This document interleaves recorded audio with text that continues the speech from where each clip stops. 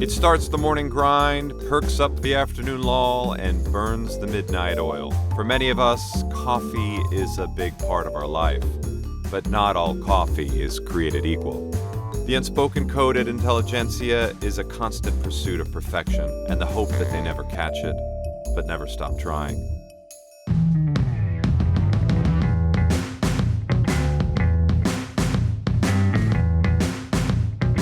My name is Adam Voss. I'm a father, an entertainer, and I'm a marketing geek on the hunt for cool brands. I've only got 12 minutes to tell you about their stories in our city. This is 12 for 12. Hi, how are you?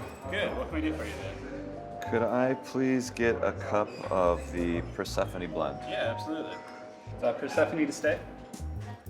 The pour-over process was new to me and slower than I was used to. I watched the barista carefully weigh the water and time the pour.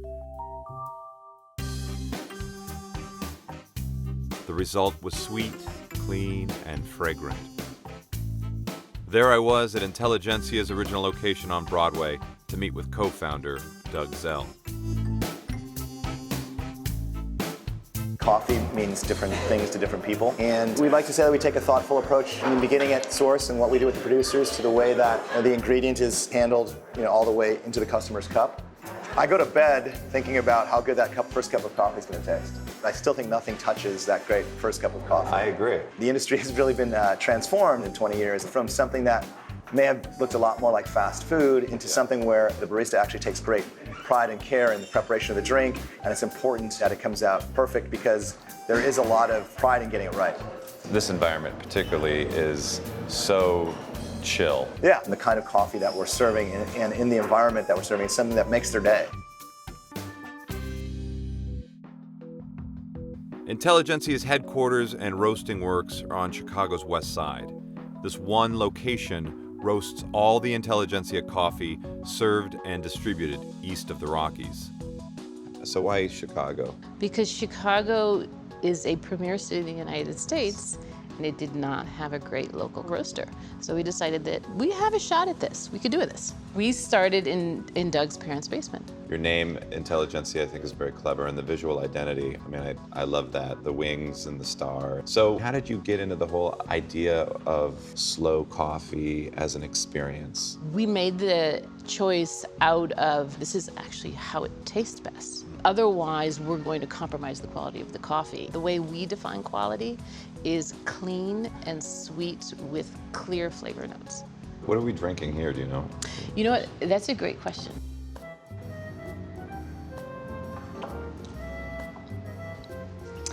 It's Intelligentsia Coffee. I can taste the different origins, but people who cup every single day can tell you the varieties. Each one of these samples represents a different coffee from a different coffee growing region in the world. And at the beginning of the session, we pour water on each of these glasses. You then break the crust with a spoon. And then this sheet allows us to score a coffee on a scale of 0 to 5, how sweet or acidic the coffee is. Okay. So let's start tasting. Let's take a spoon and a spittoon real quick. You learn very quickly as a coffee professional to use a spittoon. Coffee sweats are no joke.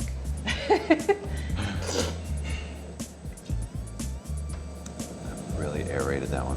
Another thing, generally during cupping, we don't talk because we want the process to be as focused as possible.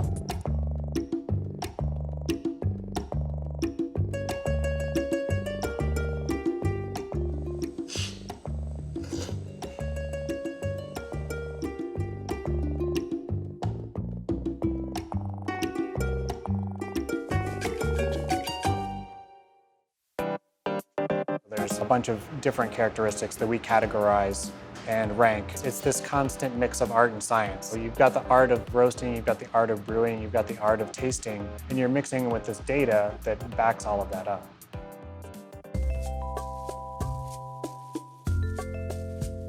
We're students of the industry, so we're constantly learning new ways to roast the coffee, new ways to brew it.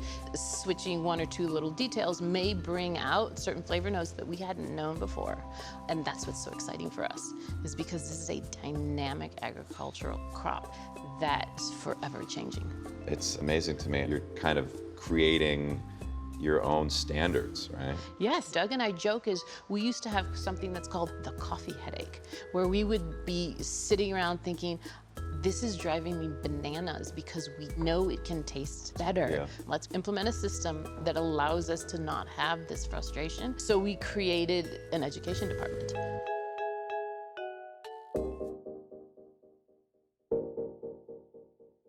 Intelligentsia's precise methods are upheld through a rigorous training system, and each employee learns the art and science of their craft.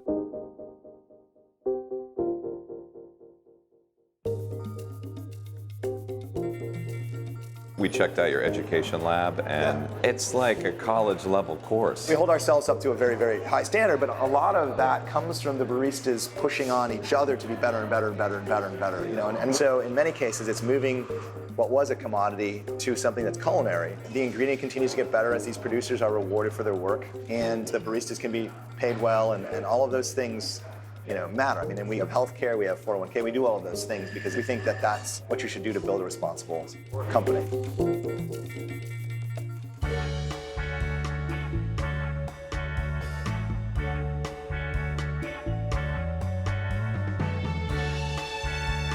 Coffee is such an affordable luxury. We strongly feel that coffee should be elevated to a status more of wine.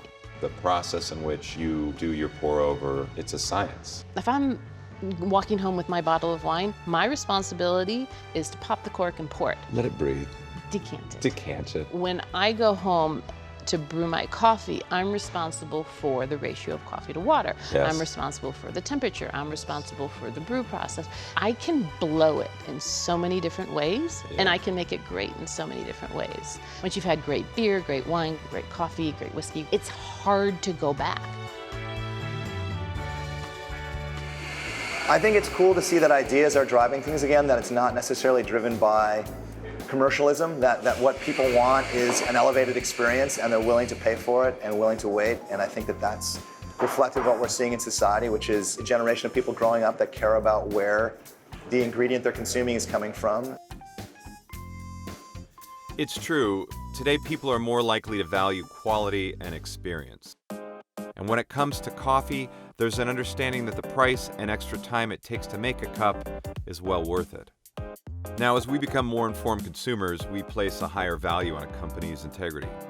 Intelligentsia has a direct relationship with their coffee growers and pay them more than a fair rate for their product. They also believe in providing feedback through data in order to help growers cultivate better beans. So Matt, take me through the process. And store all this green coffee for when we need to roast it. The roasters will take a bag, dump it in this hopper, and it will be distributed to one of two roasters. They're vintage German-made cast iron and steel. The burners are mounted on the side instead of on the bottom. And what that allows is the flame to kind of wrap around the drum and provide a more even heat throughout the whole process. The roaster has this profile that they've created to be the most appropriate for that coffee. They raise the temperature to about 400 degrees or so and idle it. And then the roaster is using a lot of their senses. So they're looking at the color of the bean, they're smelling it, and they're using all of these tools that we've enhanced these vintage machines with. When you get to that 12-minute mark, that 14-minute mark, and the coffee is ready, there's what's called a cooling tray to circulate the coffee.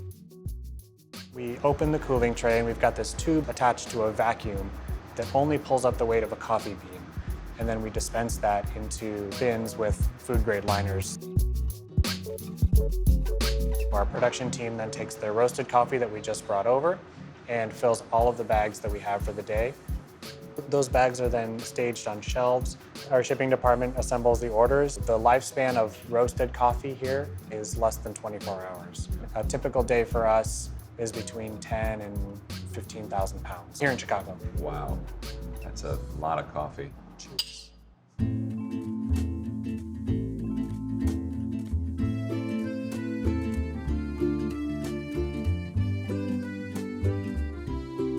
Do you get a lot of first timers that come in and they're kind of not familiar with the process? Yeah, we do. We get a lot of people who are like, I want to try good coffee. So, they'll Google good coffee. We show up. So we come in like ready to answer questions. Part of our very extensive training process is being able to relay the information to the customer in an easy conversational way.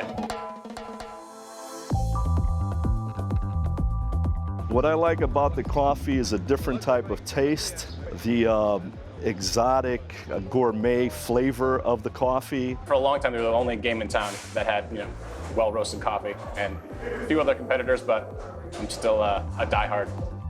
I'm on a mini vacation. I literally got here today from Texas. I've been up since 4 in the morning. I really needed some coffee for a pick-me-up, and I ran into 2 girls that looked like locals, and I asked them for a great coffee shop that wasn't a chain, and here I am.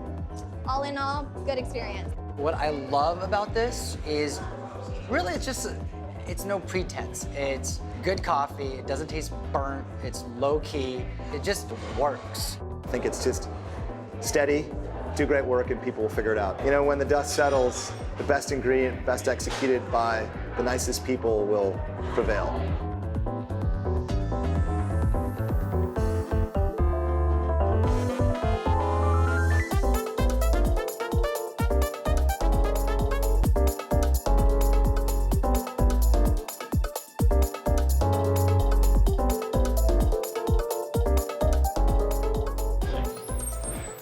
All right, so we're headed into production.